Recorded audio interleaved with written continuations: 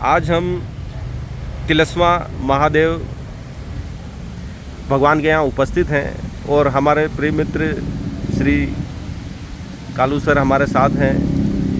सुनील जी व्यास जी advocate. तिलस्मा Mahadev स्थान की महिमा के बारे में श्री सुनील जी हमको कुछ बताएंगे। मैं निवेदन करता हूँ कि वह तिलस्मा महाराज के बारे में थोड़ा वर्णन करें ताकि भक्तजनों को लाभ मिले। चलो तिलस्मा महादेव की जय। आज बहुत ही पावन दिन है। हमारे प्रिय मित्र दीपक जी और उनका पुत्र तरुण, हम तीनों डिप्टी रेंजर साहब भादगंज राठौर द्वारा एक सहभोज कार्यक्रम रखा, उसके कारण यहाँ तिलस्मा महादेव आने का अवसर प्राप्त हुआ है। तिलस्मा महादेव की महिमा पूरे भारतवर्ष में विख्यात है।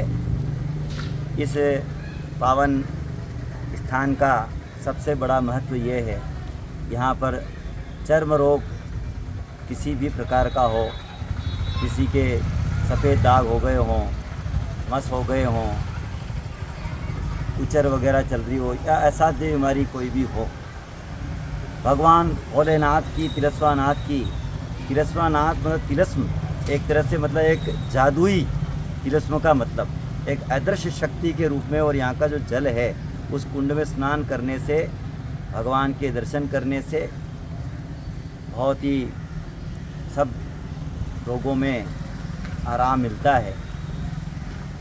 यहाँ बहुत से रोगी कैदी के रूप में यहाँ पर रहते हैं कि हे तिलस्मानाथ भगवान, मेरे ये चर्म रोग है, मेरे ये असाध्य बीमारी है, मेरे ये सफ़ेद दाग हैं, मैं आपके श्री चरणों में यहाँ रहकर आपकी भक्ति करके, आपकी यहाँ की मिट्टी को शरीर पे लेपन करके, जल में स्नान करके और यहाँ पर कैदियों को जो भोजन कराया जाता है उसका भोजन ग्रहण करके 15 दिन रहूँगी, 1 महीना रहूँगी, 8 दिन रहूँगी, 1 रात रहूँगी, ऐसा दृढ़ संकल्प करके महिला, बच्चे, बुजुर्ग हर व्यक्ति यहाँ रहकर उसके रोग का जो भी असाध्य रोग है उससे मतलब उसको छुटकारा भगवान तिलस्मा महादेव निश्चित रूप से करते हैं।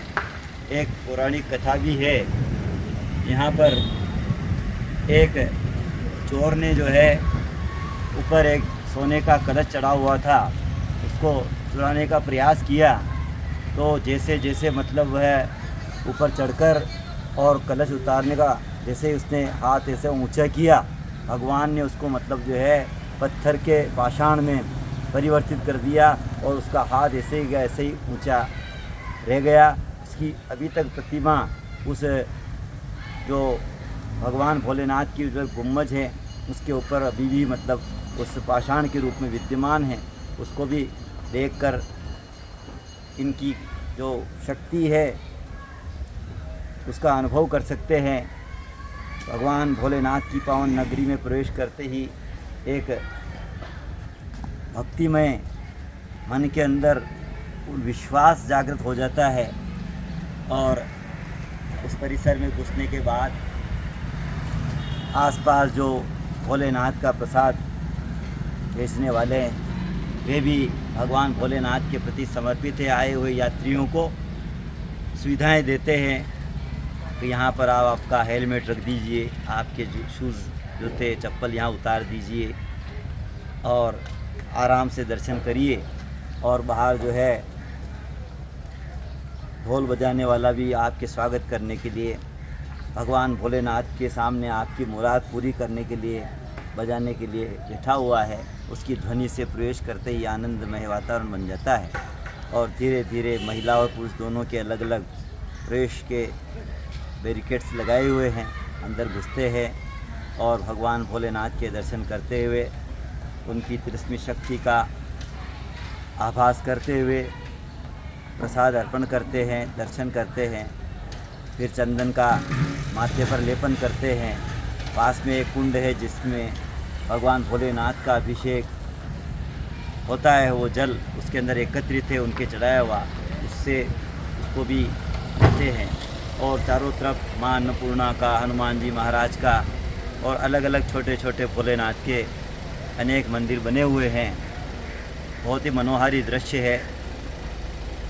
भक्त लोग जिसके डॉक्टरों ने, वैद्य ने, किसी ने भी मतलब किसी रोग के बारे में उसको असाध्य बता दिया हो, कब इसका इलाज संभव नहीं है, भगवान भोलेनाथ के यहाँ पावन स्थान पर आकर और यहाँ उनकी मिट्टी का लेपन करके, जल में स्नान करके और यहाँ कैदी के रूप में रहकर भोजन ग्रहण करके, उनकी भक्ति करके, ओम नमः शिवाय का जाप करते हुए ओम त्र्यंबकम यजामहे सुगंधिम पुष्टिवर्धनम उर्वारुकमिव बंधनान् मृत्योर्मुक्षी मामृतात् ओम झूम सह ये एक छोटा सा महामृत्युंजय मंत्र का शब्द है, जिसको भी बोलने से यहाँ पर आपको भगवान भोलेनाथ की भक्ति का प्रभाव से आपके जो भी कष्ट हैं और भी आपकी पारिवारिक समस्याएं हैं, घर के अंदर क्लेश है, भाई बहनों की, पति पत्नी के बीच में नहीं बन रही है, भाई भाइयों के बीच में नहीं बन रही है, मुकदमेबाजी में किसी में भी आपके परेशानी चल रही है, उसमें भी आकर आप प्रभु के प्रति आपकी श्रद्धा या उनकी इच्छा व्यक्त करें। और किसी बालक बालिका का यदि संबंध नहीं हो पा रहा है, विवाह का योग नहीं बन रहा है, तो भगवान भोलेनाथ की कृपा से उसके अच्छा जो लड़की है उसको अच्छा वर प्राप्त होता है, लड़का है उसको सुंदर कन्या पत्नी के रूप में प्राप्त होती है। ऐसी भोलेनाथ की बहुत महिमा है। माता पिता की सेवा करने का भी मन में संकल्प आप लें और उनकी सेवा करके भगवान भोलेनाथ का दर्शन करें। परिवार में अपने कर्तव्यों का ईमानदारी से निष्ठापूर्वक अपने व्यवसाय को करते हुए, अपने कर्तव्यों को भी मतलब पालन करते हुए, भगवान भोलेनाथ के दर्शन करते हुए अपने सब दायित्वों का बराबर निर्वहन करते हुए आप आरोग्य जीवन भगवान भोलेनाथ की कृपा से आप प्राप्त कर सकते हैं। ऐसी ऐसी महिमा है। और इधर भोलेनाथ के दर्शन करने के पश्चात आपके पास यदि समय हो तो सलावटिया होते हुए आप माँ जोगनिया का और ये मेनाल का और इधर माला देवी भी तिलस्वानाथ आते हैं, उसके पहले ही माला देवी मंदिर भी आता है, उसमें आप उधर से होके भी तिलस्वानाथ आ सकते हैं। बहुत ही रमणीक स्थान आसपास बने हुए हैं। बाबा भोलेनाथ की बहुत कृपा आप सब पर बनी रहे।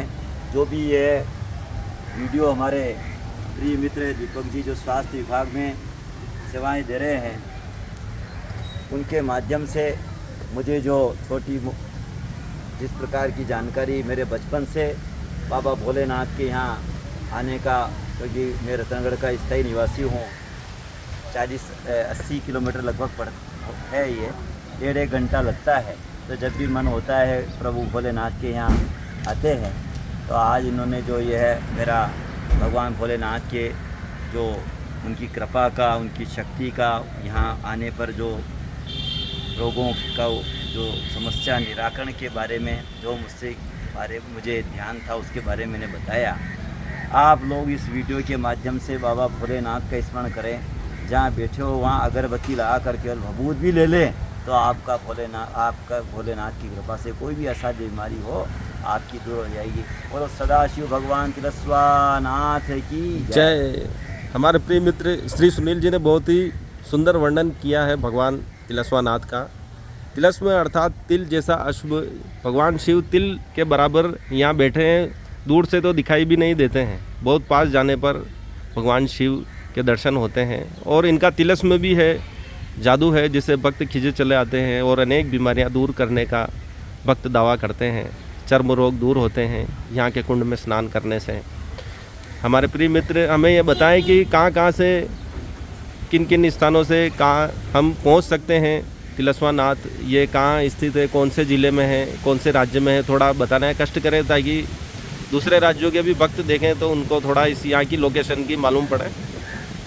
ये तिलस्वान महादेव का स्थान जो है सिंगोली के पास मध्य प्रदेश के सीमा से बिल्कुल लगा हुआ है।